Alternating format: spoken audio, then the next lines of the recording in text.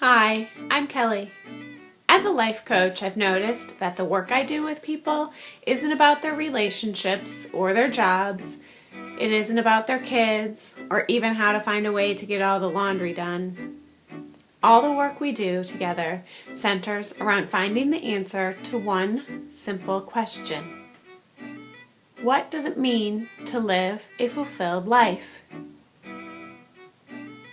Join me as I explore this question and more in conversation with others in the Fulfilling Life interviews with me, Kelly Dahl, as your host. Hello, it's Kelly, and I'm here today with Mara Glatzel to talk about what it means to live a fulfilled life. Mara, I'm thrilled to connect with you finally, and to do so face to face is such a treat, and I am really excited for everybody to hear more about your work and who you are. So would you love to start off by sharing with everybody a little bit about yourself? Absolutely. First of all, thank you so much. I love this format. I love getting to do interviews like this face to face. So I'm really excited to be here today. My name is Mara Glatzel. You can find me at maraglatzel.com, and I am a coach. I work primarily with women, really around a lot of the same topic of what we'll talk about today: finding fulfillment and, you know, building a life that is yours with the tools that you have on hand. So starting where you are, making the best out of whatever's around you, and using that to be your sort of launching pad towards this life that you know that you really want for yourself, but you're not quite sure how to get from where you are now to there. So I'm really excited to be here, and thank you.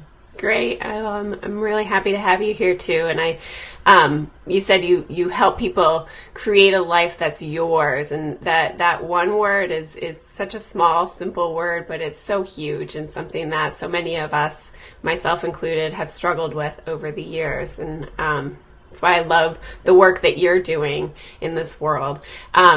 So let's start by looking at that big question of these interviews of what does it mean to live a fulfilled life? So Mara, thinking about your work and thinking about yourself, how do you think about fulfillment in life? Well, it's so interesting because this has really been at the forefront for me right now. In the last year, I have really taken my entire life, thrown it on its head a couple times, um, and work to define for myself what I do believe is a good life, a life that's full of things that are beautiful. And I found that for the majority of my life up until this point, I was living in accordance with these rules that I had acquired. And it seemed that somewhere along the way I had been taught them, or I had absorbed them, or they'd made themselves clear to me. And so, I think that this happens naturally when we're children and we're struggling to kind of make sense of the world, and we, develop this framework for this is good and this is not so good, and people will like you if you do this, and they'll smile at you, and you'll be, good, and everything will be great for you. And I really lived my entire life wanting to be good and wanting to live in accordance to those rules. And that took me to a lot of places that were nice and were really quite wonderful in and of themselves. And I think they would have been a perfect life for somebody else. But I found that it wasn't the kind of life that I wanted. And, it's really been beautiful since then. I think that was very frightening for me because those rules, they told me they penned me in. They told me what to do, where to go, and how to do things so that I receive that kind of validation. And I think that's so strong. I work with a lot of my clients around this same topic, and the fear of being an outsider, the fear of knowing that what brings you joy and fulfillment and satisfaction might be different than your family, might be different than your spouse, might be different than, all of these people that you are operating within these same spheres. And you don't want to walk out on that ledge necessarily. You don't want to take that risk. And so, really supporting ourselves and knowing that only good can come from really building a life that feels good for us, that's made up of rules that feel good to us. And often I find that one of the biggest rules is around success. So I had been following somebody else's barometer of success for my entire life, and had gotten the fancy degrees and was going to get the fancy job and have a fancy car and fancy commute. And I realized that I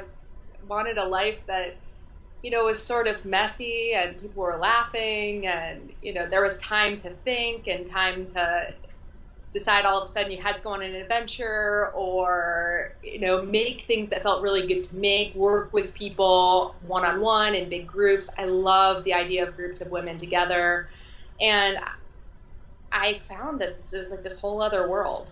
It's like you walk through a door and you all of a sudden realize, like, how could I have thought that I wanted all of those other things before? I was living by somebody else's rules. So yeah, I think it's so easy to do, though, and I think one thing that you said there was that these other rules were a good place. It wasn't like it was a bad place to be. It wasn't like you were completely going against the grain or going against things that you liked, because I know you and I both share a social work degree, which is work that is meaningful and inspiring, but at the same time maybe not exactly what is right for you or for me. And it's not like it's a bad place, but it's just not the right path for us. And being able to listen to that voice of, wait, this isn't a bad place, but wait, is there something over here that's a little bit better, is difficult. But like you said, once you go through it and you see how beautiful that opportunity is, that you can have all these things that are so much more than you could have by following the rules that were there. It's a great process, and it's so invigorating. So you've talked a little bit about some of the things that have gotten in your way in the past, as far as listening to what other people say and listening to these rules that are constructed by parents or friends or society at large. What are some of the other obstacles that have gotten in your way as you've been creating this life that is fulfilling for yourself? I think largely, I get in my own way. Like, it's, for the most part, it's me. And the really interesting thing is that, when we're thinking about these rules, we construct them in our heads, right? So, right. We put the words in other people's mouths, we put the thoughts in other people's heads, and we think, oh my gosh, they're not going to love me. This isn't going to work out. All these things are going to happen. I should be grateful for what I have. And, I was shocked to realize, I think that was a conversation I was having entirely with myself, and that I could have another kind of conversation with myself. And, I think that gratitude was a really difficult concept for me when it came to branching out and writing my own rules, because I felt like my life is good. Shouldn't I be grateful? Shouldn't this be enough for me? Shouldn't I just be happy with what I have? And it took me a really long time to work with that, and to realize that it wasn't, asking for too much. It wasn't asking to have a life that really reflected me, and that, I was able to really stretch out in. It felt like I was in a very small box, and then, I was like trying to break out and have a much, much bigger box I could run around in. But yeah, I kept having that feeling like, well, does this mean I'm not grateful? Does this mean that I'm not happy for my life? Does this mean, I don't love everything that my spouse and I have built? And, there's all of these other people too. Does this mean that, thinking that the way that my parents operate, for example, is not the way I want to operate? Does that mean that I'm not grateful for what they taught me? And I really bumped up against that a lot. And what was so interesting for me too, and I really think about a lot now, is that when I was unfulfilled, everything was everyone else's problem. I was just pissed at everybody else. I thought, well, if only you would let me, if only I could, or situation was different. I was really like, always a little bit angsty inside. Yeah. And now that I've made some of this transition, it's like radical self-responsibility. Yeah. And I found that I love that. I love to work with women to build that in their own lives. Mm-hmm. I think that, you know, we we have this feeling like we want to belong, and we want to be loved, and I just wonder what it would be like if we could really embody those things, if we could be at home inside our skin, if we could find love and acceptance within our hearts and our minds. And that's what it's really been about for me, is like getting to a place where I can begin to provide myself some of those things that I was so pissed at everybody else for not giving to me for so long. It's like it really turned everything on its head to be able to do that. Right, and if you wait for somebody else to validate you in making these choices that are really your own, you could be waiting a really long time for that. And if you could just go to yourself, right, which is easier said than done, to validate yourself and to really honor yourself and your own choices. But when you can do that work, it opens up so many opportunities to do what you love in a way that is pure and true without other people's voices. And I really connect to what you said about being angry at everybody else when you're unfulfilled, because it's like, it's all your fault. It's really easy to say it that way, like you're holding me back, or even society is holding me back and I can't be fulfilled because it's all their fault. But when you take responsibility and shift it, just that big but simple shift to saying, I can do this, then all of a sudden all of these things open up, which is really, really wonderful. So what are some of the things that you do, Mara, to have those openings happen? What helps you to take those shifts and clear those obstacles out of your way so that you can live life in the way that is fulfilling for you? I take insanely good care of myself, and in ways that are like so simple. And so, I love routines. I love I am one of those kinds of people who really thrives within a very stable environment. And so I found that I do this exercise with a lot of my clients, which is about creating like a daily baseline for self-care. And so, really thinking about well, the self-care conversation has gotten totally out of control, and it's like we're like having bubble baths on top of mountaintops, and who really has time for that? So I want to throw that whole idea of self-care away, but I don't think we should. And I really, I just go with like 5 things, maybe 3 things, and really try and do them very well, and with some regularity. And I found that what had happened for the majority of my life was that I wasn't even approaching situations with a clear anything. Clear mind, nothing, because I had this idea of productivity, that I had to be awake and alert and churning things out and doing things right and doing things perfectly, which is a whole other conversation. But, and I was exhausted. So everything I did was kind of half-assed, and really the person that I brought to my life was like fragile and tentative and really emotional. And not that any of those things, are wrong in and of themselves, but for me, it was because I wasn't getting enough sleep. I wasn't drinking any water. I was drinking caffeine all day long. I didn't stop to move my body. I didn't stop to unplug my computer.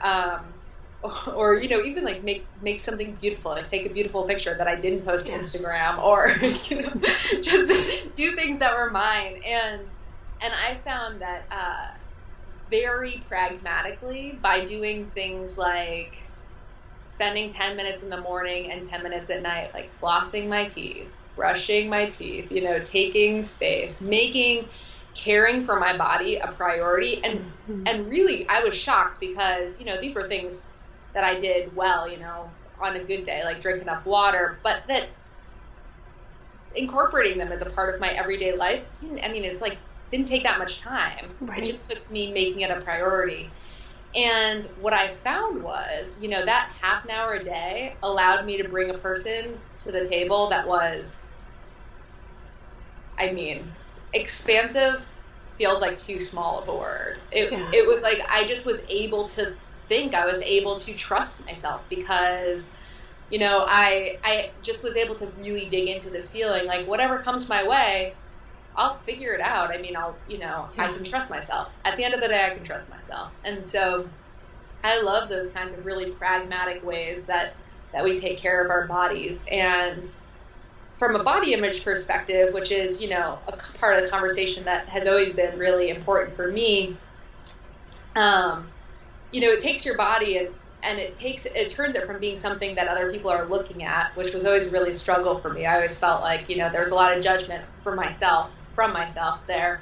And it makes your body something that is working for you, is this like this system. And the more that I was able to really tap into that, the more I was in awe of my body, the more I was comfortable in my body. And if we're talking about this radical self-responsibility, it's like that really allowed me to take so much more responsibility because I could trust myself that much more.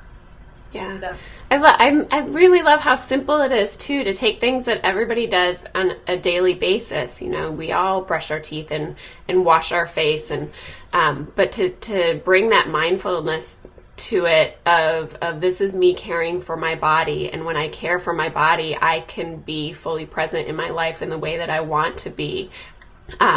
It's really that radical self-acceptance and empowering yourself to do what you want to do. I think about that sometimes when I take the time to put lotion on my body, which I don't, like I only do, this is silly, but I only put lotion on my body after I take a shower typically. mm-hmm. But on those days that I might take an extra couple minutes to just think about, I don't think I'm empowering my body right now by putting lotion on it, but it does shift the way I go about my day to take those couple minutes for something that simple, like putting lotion on. It really does give you an empowered feeling. You might not vocalize it or think about it concretely in that way, but you carry it with you throughout the day. Well, and over time, it makes you feel like you are somebody worth taking care of, Yes. which is huge. I mean, Yeah. when you're able to think of yourself as, as important as all of the other people that you might be taking care of, if Right. not more important, because the better care you take of yourself, the better it is for everybody, as far as I'm concerned. Most But definitely. yeah, that shift is so beautiful. Yeah, and when you can take care of yourself too, and you see yourself as worthy of that self-love, then that other piece you were talking about, as far as like this life, this conventional life isn't bad. Who am I to ask for something more? Am I being ungrateful by going after something more? When you love yourself, yeah, of course you should ask for more. Don't feel guilty about that. You deserve to live the life that you want to live.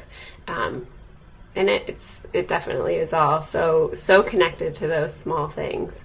And it doesn't have to be bubble baths on the mountaintop, right? I think self-care has gotten talked about a little too much now, maybe, but waters it down, but it's still so important. So what are some of the other things that you do to take care of yourself and make sure that you are on this path towards living a fulfilled life? Well,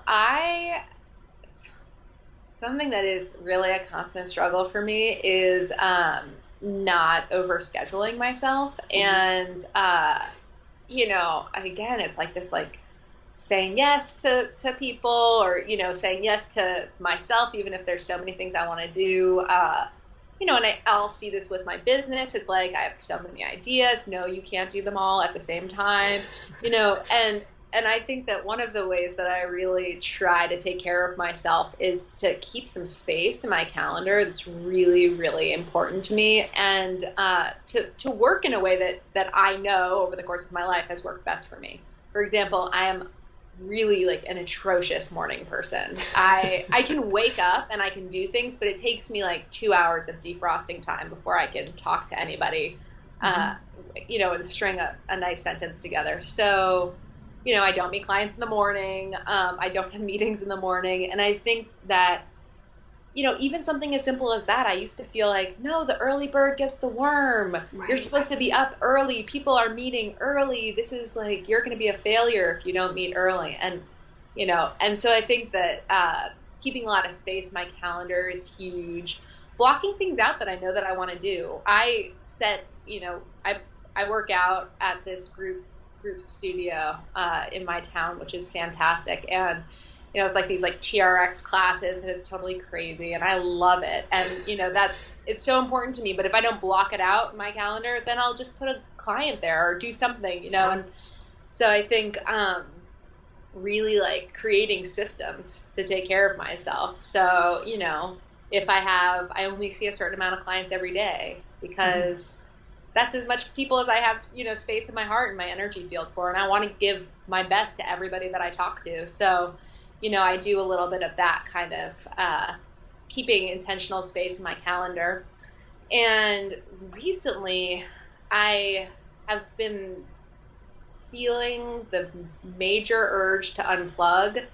And I am one of those kinds of people who really likes to be plugged in. So that's a little disconcerting. But I have started unplugging for 24 hours and like shutting my phone off even, which... Wow. I never even thought I would be able to do. But it's amazing, and really allowing for that time to be time where I'm off the clock, I'm off of the internet, I'm off Facebook, I'm off all of these different social media outlets, and really, further than that, allowing that time to be unscheduled. That like for those 24 hours, you kind of just do, whatever it is that occurs to you, because we get out of the practice of doing that. Yeah. And so, if you have an hour or a couple hours or a whole day to just sort of go through and say, okay, well, I'm sleeping until I wake up. Then maybe I want to go to breakfast. I'm going to go to breakfast. Then I think to myself, maybe I want to take a walk in the woods, and allowing the day to unravel really by, what's making your heart soar from minute to minute. I just, that is like a deeply fulfilling process for me. Yeah, it sounds delicious to me to have that kind of day. And really I see it as a practice of allowing yourself the chance to listen to what's deep within yourself instead of all of these things that are stimulating us throughout the day, which, listening to that inner voice is hard work to do. And when we're always plugged in and seeing all these things, that voice can be quieted out, but taking regular time to turn it all off, to me sounds like an amazing practice of honing that skill of listening to your inner voice. I think I might borrow that idea. Great thing is that it gets stronger. I mean, that is the thing that I just find to be so fantastic. We are so resilient. I mean, really, we are just, our bodies are so resilient. Our spirits are so resilient. It's gorgeous. And so, I love that, like, you cannot listen to that inner voice for 10 years and you can relearn that process. And, by doing a practice like that, you're really just strengthening that voice. Then, you begin to be able to hear it through a crowd. But yeah, I think that really is so wonderful to realize that you can kind of always go home to yourself. Yeah. Yeah. It's beautiful.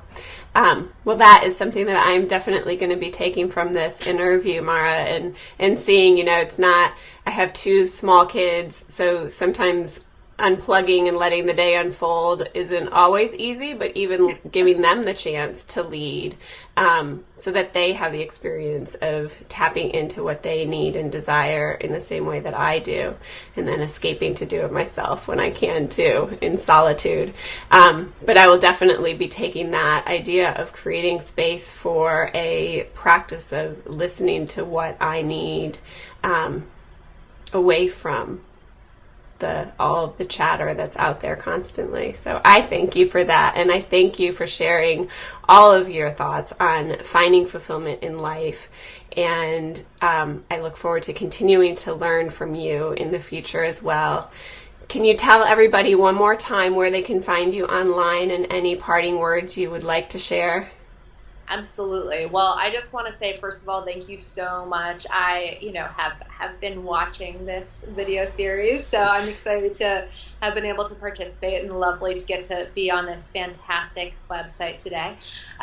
You can find me over at maraglatzel.com, and I'm on Twitter at maraglatzel. It's probably the best place to chat with me is on Twitter, but you can also shoot me an email at hello@maraglatzel.com as well. And I would love to hear from you. I love to hear from people about any of these things or other things.